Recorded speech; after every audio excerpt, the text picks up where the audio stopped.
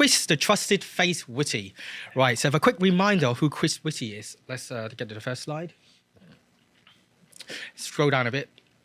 Right, so Professor Chris Whitty is the Chief Medical Officer of SAGE, Scientific Advisory Group for Emergencies. So we've covered it before, but we'll look at it again. Let's look at SAGE's stellar record. Go to the next slide. Well, just everything. Right, if we scroll down and look at each of the models. Right, this is from the Spectator, and we've covered this before. Like, not a single one of their models is accurate. They are not even close. So not one of them has reflected reality or remotely close. So if we go to the next slide. Right, this is my Twitter conversation with the chairman of SAGE COVID Modelling Committee. Because we've already covered this, so I'm going to summarize. SAGE creates models that are the worst case scenarios, and the government uses them to justify COVID restrictions. And they're disregarding whether the fact that this is actually the most likely outcome, and they're presenting it as if it's the most likely outcome. It's like basically even telling you, if you drive this car, you're going to die. So that is disingenuous, is misleading, and is lie by omission, as far as I'm concerned. So if we go to the next slide. So recently, we've been told that Omicron is 50 to 70% less likely to result in hospitalization than Delta. But everyone and the dog already knew this about a month ago from South Africa's data.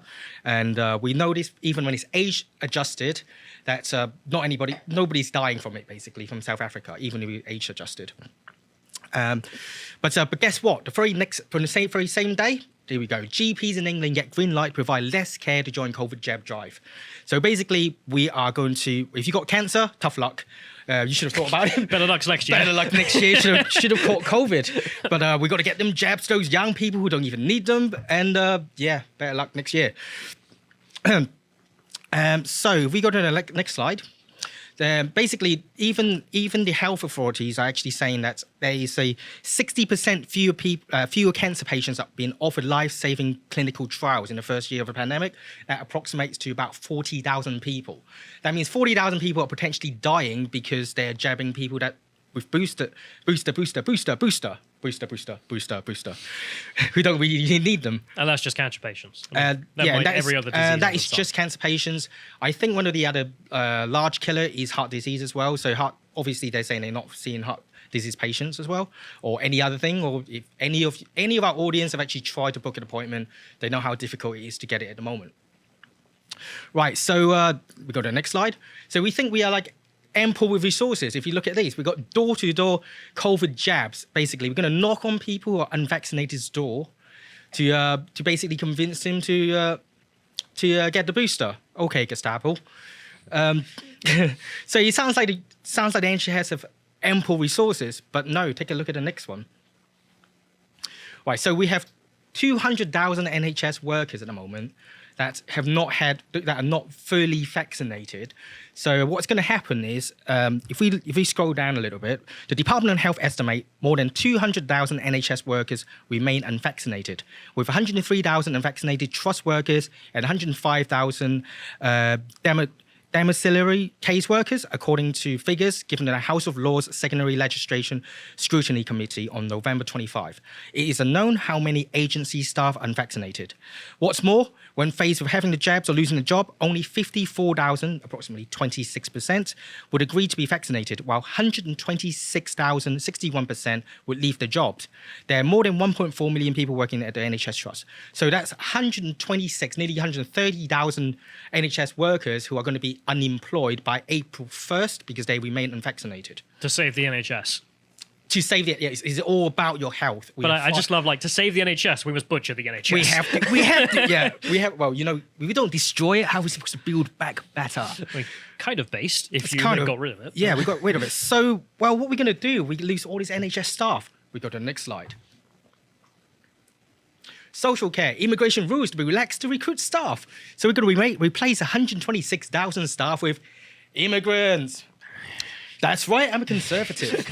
Is this going to skirt around Priti Patel's point system? Because the point system was brought through, and that is we desperately need this staff because we absolutely butchering the NHS, so we need some new staff. Oh, fantastic. So we'll make a problem and then butcher our own promises on immigration to then solve the problem we've created. The NHS crisis is entirely self-made.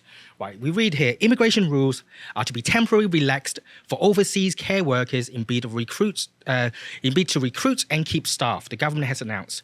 It follows warnings that the sector faces severe and decreasing problems with hiring and keeping staff after Brexit. According to the BBC, this is about Brexit. Wait, okay, so hang on. You think the staff are going in, being care workers and going, this job is just too much, I'm not getting paid enough. No. They're actually thinking, well, because of Brexit, I'm just going to leave. Yes. I miss the wine and cheese, so I'm just going to leave the job. Yeah, but I can't get over the whole thing where we have this conversation endlessly. And you just think, why do people do jobs, right? Fundamental, why would you do a job you don't really care about, or one that you find grueling or something, right? I mean, I'm not disparaging care workers, but it's the fact of, I can't imagine it's the funnest thing to do.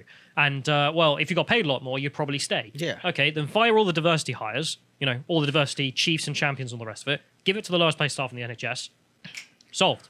You can then hire a hell of a lot more people because it's a more desirable job. But diversity is essential. No, but instead we'll just import people so we can keep the wages low. Well, actually, that's importing diversity as well. So that is actually a part of the diversity drive by default. De facto, we're getting more foreigners. Excellent. Yes. So instead of having a wage increase, we spend it on diversity hires who then import diversity to undercut the wages. Yes. Fantastic. Right.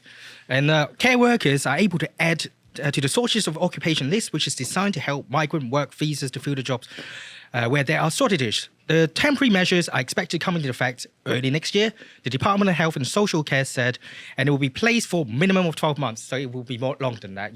Temporary measures from the government is never temporary. So, where are those 130,000 people going to live? Supply and demand. Expect your rent to go up, boys. They're going to come to Swindon? Oh, well, yeah, I'm already on the ladder. So good luck. Housing prices going to rise because we're just going to randomly add 130,000 people. And what happened if you're an NHS worker getting fired and you've got nowhere to live because you get kicked off on the streets because you're unemployed?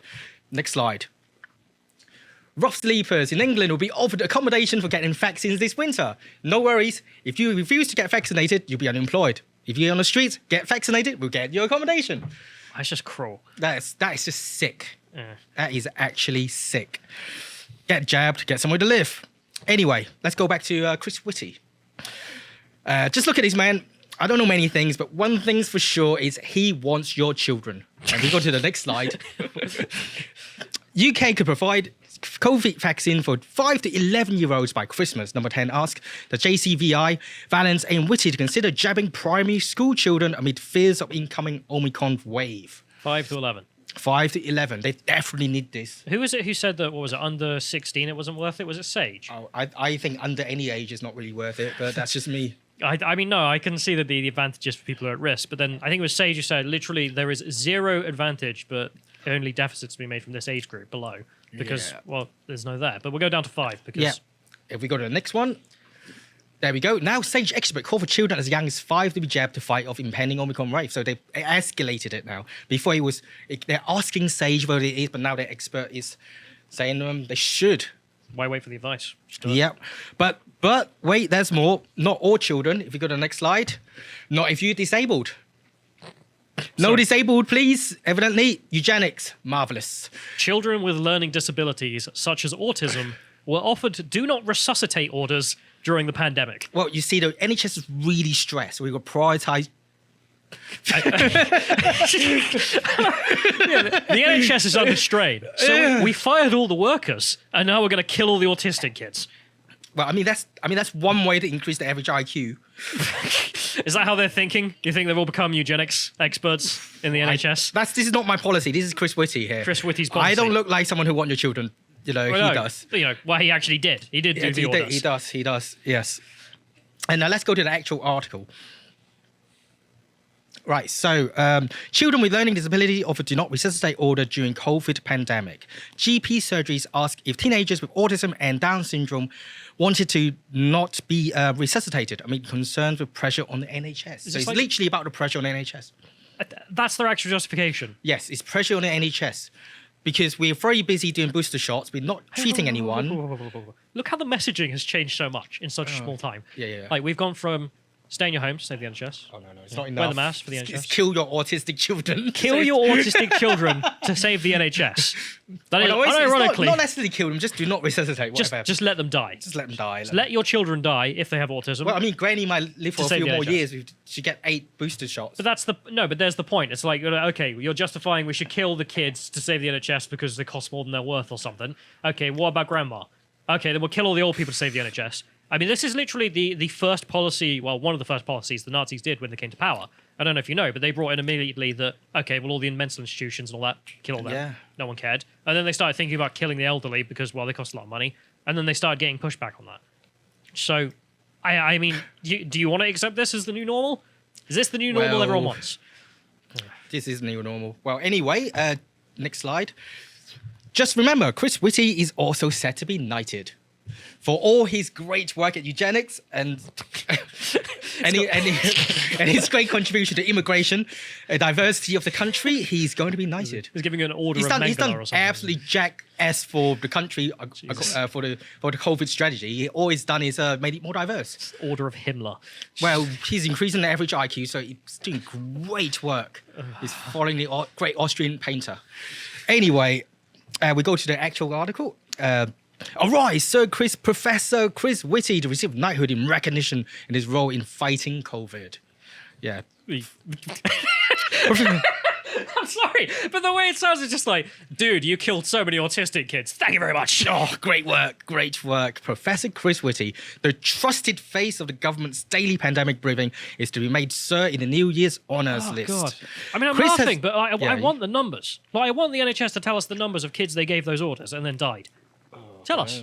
Tell us how many kids you killed. They probably, save the they NHS. probably don't keep a record of that on purpose. No, those are all what? Burned in the fire with the rest of the orders about the camps or something. Or... I don't know, they probably misplace it. It'd be in a you'll find it in a bus stop somewhere. Anyway, Chris has been calm and unflappable throughout, and he's trusted source of wisdom and knowledge. He thoroughly deserved his honour. Oh, great narrative that. Anyway, so to end this segment, let's go to the next slide. Get boosted, protect the NHS. Oh, What is that? Just the NHS is grinding to a halt as even triple jab staff fall ill in COVID surge. so in summary, get boosted. At about the 6th shot, it should work. If you're on your triple, that's not enough. You're also now unvaccinated as well because all the double jabs are unvaccinated. Even boosted is like they were already talking about the 4th jab. You need to be on the 4th jab. They're talking about the 4th jab. They say first for the vulnerable, but it's going to just filter down to everybody. I feel like I'm at a rich people's dinner party or something where you're like, oh, if you had the 4th. Oh, no, I've had the 5th. I have the 5th, the 6th. Yeah, he's I call it Jabflix. It's a monthly subscription service. It's a lifetime subscription service And we pay for provided by Pfizer.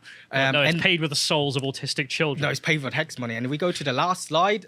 Today, we're going to find out if Boris Johnson is set to decide tomorrow whether the UK will go into lockdown. Thanks, Chris Whitty. Thank you very much. Like Boris will be having a Christmas let's drink to party. Chris Whitty. No. If you enjoyed that segment from the podcast, The Lotus Eaters, you can go to lotuseaters.com to get access to all the premium content we have on the site, such as this article, which is written by Hugo, called The War on Drugs, brought to you by the Tories on Cocaine. There is also an audio track for silver and gold tier members if you'd like to listen instead of reading, because I know how difficult reading can be sometimes. Anyway, if you'd like to get all the updates on what's coming out, you can always follow us on Getter at lotuseaters_com for the @. Thank you and goodbye.